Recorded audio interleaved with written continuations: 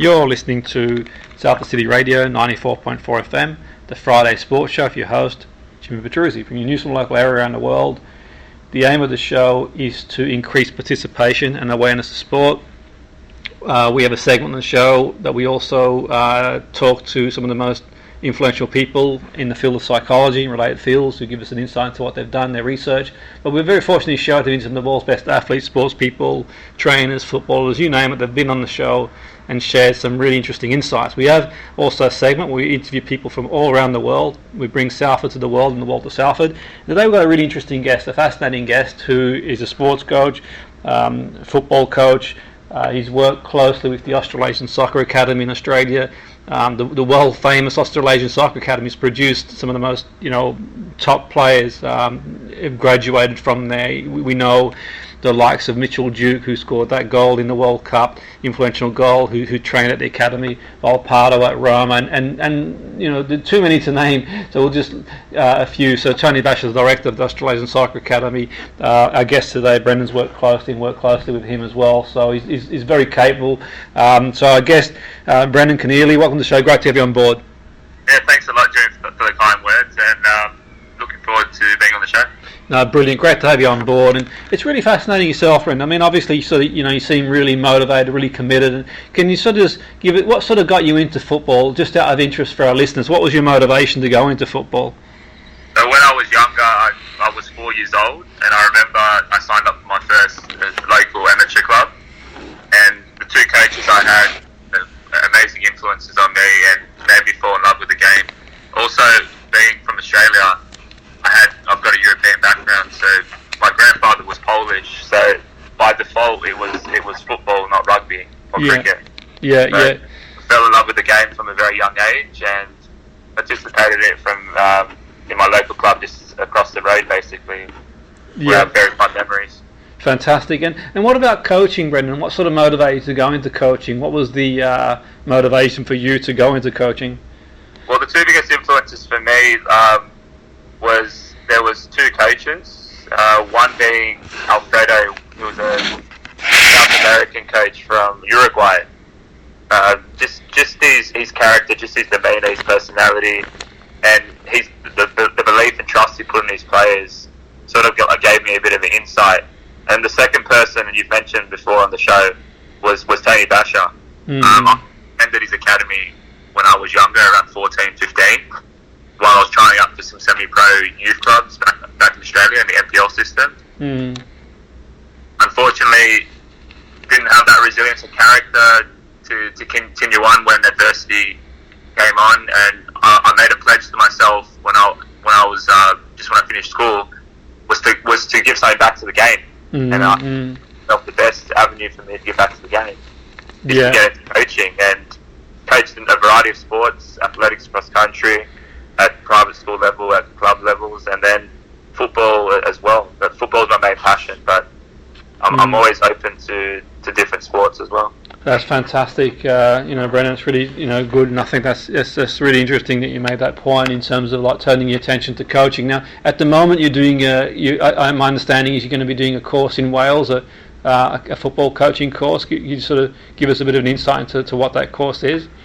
Yep. So basically, it's the FAW C certificate, so it's basically like the UEFA C coaching badge. Yeah. I would have loved to have gone on the UEFA badges in England and Ireland because my background is Irish. My dad's from Ireland. Yeah. But they needed some prerequisite in terms of experience working within the UK. Okay. Wales, I was able to qualify due to the badges that I had back in Australia and Asia, and they looked at my CV and put me on the course. So I just say Wales is a great opportunity for me to develop within the European system and to get my foot in the door, basically. Fantastic. And you mentioned there sort of like, you've obviously done a bit of travelling and that sort of stuff as well, and it's really interesting in terms of you've already sort of seen a few of the setups in Europe, and what was the experience like I sort of noticed you went to Spal, I think it was, and what was the experience like over there for you? And that would have been interesting in terms of like football education. What do you feel you took away from going out there and sort of speaking to the likes of, say, Daniele De Rossi, who's one of the most capped players in the history of Italian football, and obviously sort of has won, a number of trophies. What was the experience like for you out there? I think it's an experience you can't put value on. It's invaluable. And for me, the experience was an eye-opener in terms of the level of detail that they give. For me, there's amazing coaches in Australia, amazing coaches all around the world, but it's the attention to detail and the specific details that they look for when they want to improve the play individually or the collective side. At the same token, I wasn't completely shocked about certain things that they're doing. It's faced with arrogance or cockiness. But certain things that they were doing at training sessions, we actually do quite similar at the Australasian Soccer Academy. That's what opened my eyes. Was there are so many similar ideas. However, it's just the small details within the session, improve the play individually and the collective in terms of tactical understanding and knowledge is what makes a difference. But the experience was unbelievable, and I would love to go back to Italy if there was an opportunity. There may be in the horizon, but I've got to learn the language, because at the end of the day, you can have so many great ideas, but if you can't communicate and articulate it to your players, then you won't be effective. Absolutely. It's really interesting you mentioned there sort of, the academy, the development of a coach as a coach at the academy. And I mean, one thing that I know for sure, Tony Vash does really, really well. He's raised the bar really high. Brendan, the bar's raised really high, attention to detail. He's invested a lot of time and effort, traveling and learning from some of the world's, best academies, and he brings those ideas, back to Australia, which is fantastic. Really, he's always looking for the, for the edge, to be fair, and to give the best to the players. And how much an influence did like the Australasian Soccer Academy have on yourself? That sort of attention to detail you mentioned there, the ideas, that sort of, training ideas Tony brings back from Europe to Australia. How influential was that for you in your career as a coach to be around that sort of professionalism? I think it was massive, because with Tony, not only have I improved technically, tactically, he's always given me opportunities. Like my first opportunities at the academy and through the MPL system were through Tony. So I'm always grateful to the opportunities that he's given me, and he's always believed in me. He told me, don't be afraid to try things, because end of the day, some people might see it as failure, other people see it as learning. So I think what's important with the academy is, I think mentally it's improved me a fair bit. When I first started there in 2017 working with Tony, I came in as a young man. Now I'm starting to really develop into my groove, and he's told me not to always be respectful, be humble. But at the same token, don't be intimidated by anyone. So absolutely. There's so many ways of, as Tony would say, there's so many ways of skinning a cat.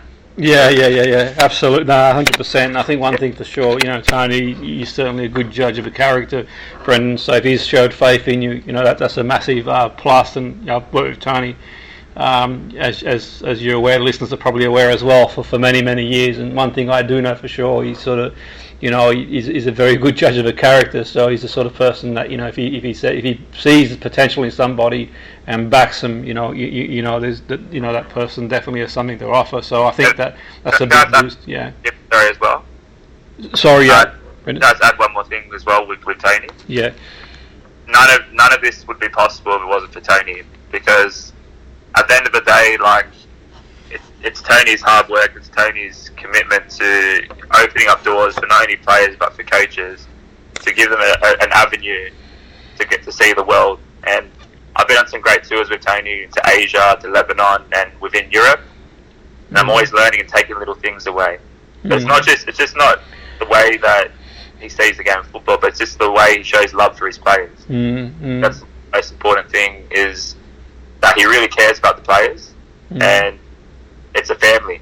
The academy and people that he interacts with, he treats them like his close family.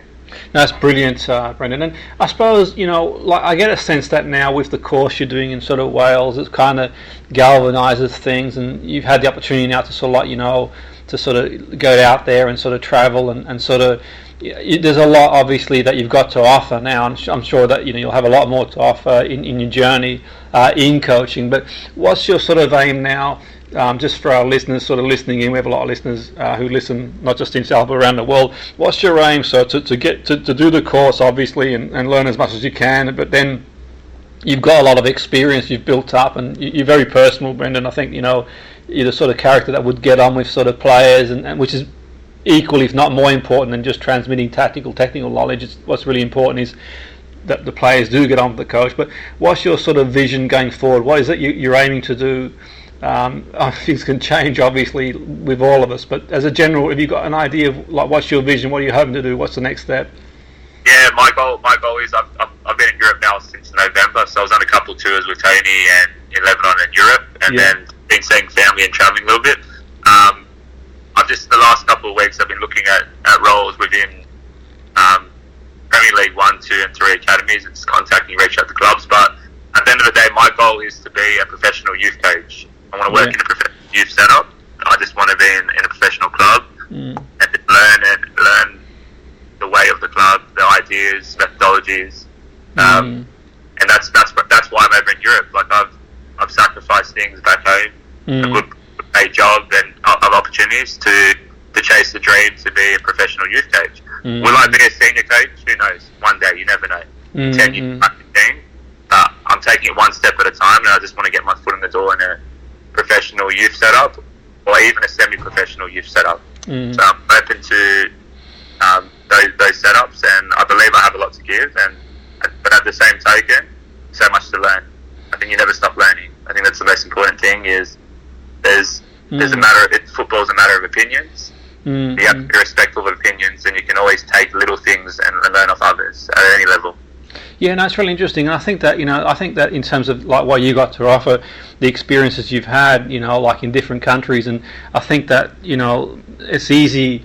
And you've probably noticed in Europe, I suppose, like different countries have different ways of doing things. And I think having all that experience that you've got, and also like the other coaching you've done outside football, it kind of gives something a little bit different, I think, Brendan, to the norm in terms of. Because I'm a big believer in like in training, just mix things up a little bit, and sort of we can learn cross sport as well. So do you feel that you can contribute to players' development with your knowledge of other sports as well, and in terms of the knowledge you've picked up, say from Italy, you can transfer to Wales or England, and vice versa?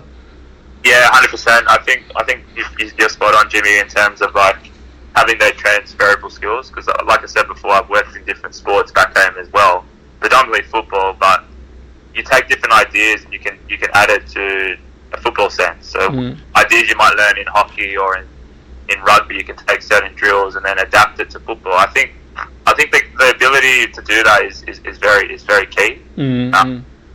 Because at the end of the day, like your everyone's brain and everyone's vision is different. What might work for one person might not work for the other. So there's no right or wrong as long as players are developing and learning and enjoying their football. I think the key is in enjoyment. Because enjoy things, you invest more time and energy into things. So absolutely, I think at the end of the day, like you can ask anyone this, but I think the most important thing is confidence. Yeah, like we're all going to have down times and times where we're suffering or struggling. Absolutely. Through those bad times, like the confidence will start to come back, and you'll start to want to play more. Your energy will be up. So I think I'm a coach with I show a lot of passion and enthusiasm. Sometimes a bit too much for youth level, but I really care for the players. It's never about me. Players will come first. They're my family, and I'm even open to women's football as well.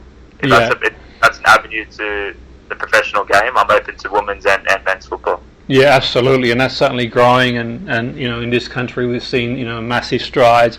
Not just in this country, but globally. But over here, absolutely, we've seen sort of, women's football come a long way. And my understanding is the game against Brazil, England, is a sellout at Wembley coming up. So it shows how much it's getting more supported too. And the course that you're doing, is it full time, Brendan? How does that run? Is it like do you report back there every periodically? I mean, I know obviously you might not have all the details, but just generally, how does the course run itself? Yeah, so there's 4 or 5 practical days where periodically you gotta check. Yeah. They set you tasks in between each contact day, and then basically you you attend some Zoom sessions and you've got to submit assessments to them. My goal is to get the course done as quickly as possible and to get into my UEFA B. Absolutely, yeah. That's my objective. I was like, I'd like to be enrolled in my UEFA B as soon as possible.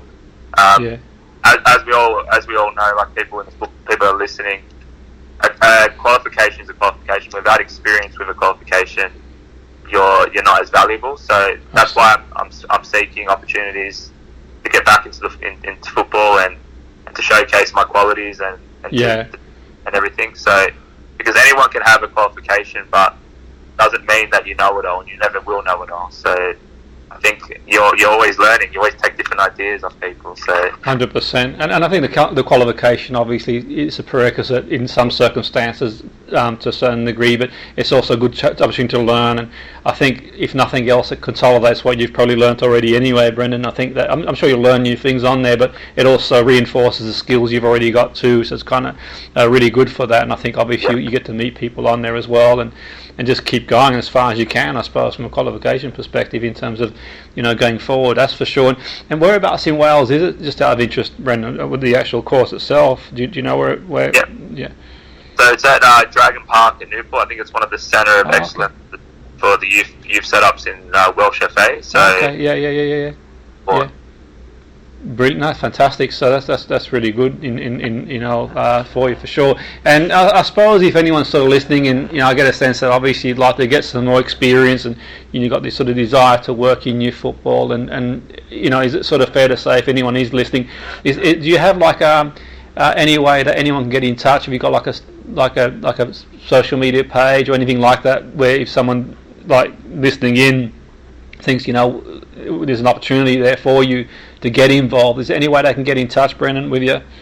Yep, so I have probably the best two ways are my Facebook, which is Brendan, Brendan, space Conneely, Connneely. Yeah. Or get in touch with me via email, which is all in lowercase, just my name, Brendan Conneely, Connneely @hotmail.com. Yeah, and you're also on LinkedIn too, yeah? I'm also on LinkedIn as well, so the last couple of weeks I've been really trying to reach out to certain coaches and trying to send messages and trying to basically fix up my LinkedIn, because it's one of the most important professional absolutely, yeah. Out there at the moment. So it's a great way of connecting with people around the world. But as I always say, one of the most important things is a lot of us speak and talk, but without action it doesn't mean anything. So I'm a very humble guy. I'm willing to sacrifice and put in a lot of work to just any club in any way. If that's assistant roles or head coaching roles or working in women's football, youth football, I'm open to anything, because at the end of the day, an opportunity is an opportunity to continue to grow, and I want to contribute to any club that gives me a chance.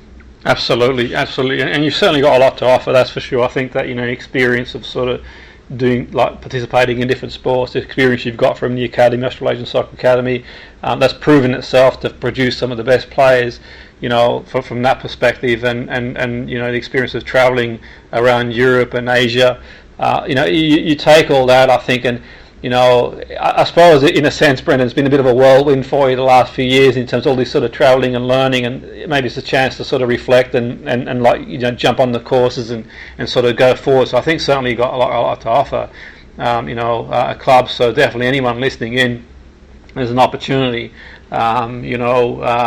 It's not easy in terms of getting good coaches on board. It's not always easy.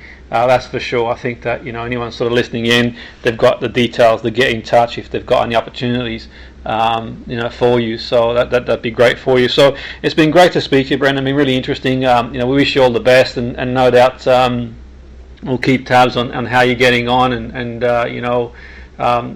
hopefully it all sort of unfolds for you. So that's for sure. So thanks for joining us, Brendan. It's been great speaking to you. Thanks a lot, Jimmy. Appreciate it. Have a good day. Thank you. It's great stuff. That was Brendan Conneely, who's come all the way over from Australia who's going to be starting a coaching course over in Wales, and he's got a lot of experience in coaching. Give a bit of insight into his sort of background, what he's done, and also sort of where he's going forward. So I was on Salford City Radio 94.4 FM with your host, Jimmy Petruzzi, from New South Wales area and around the world.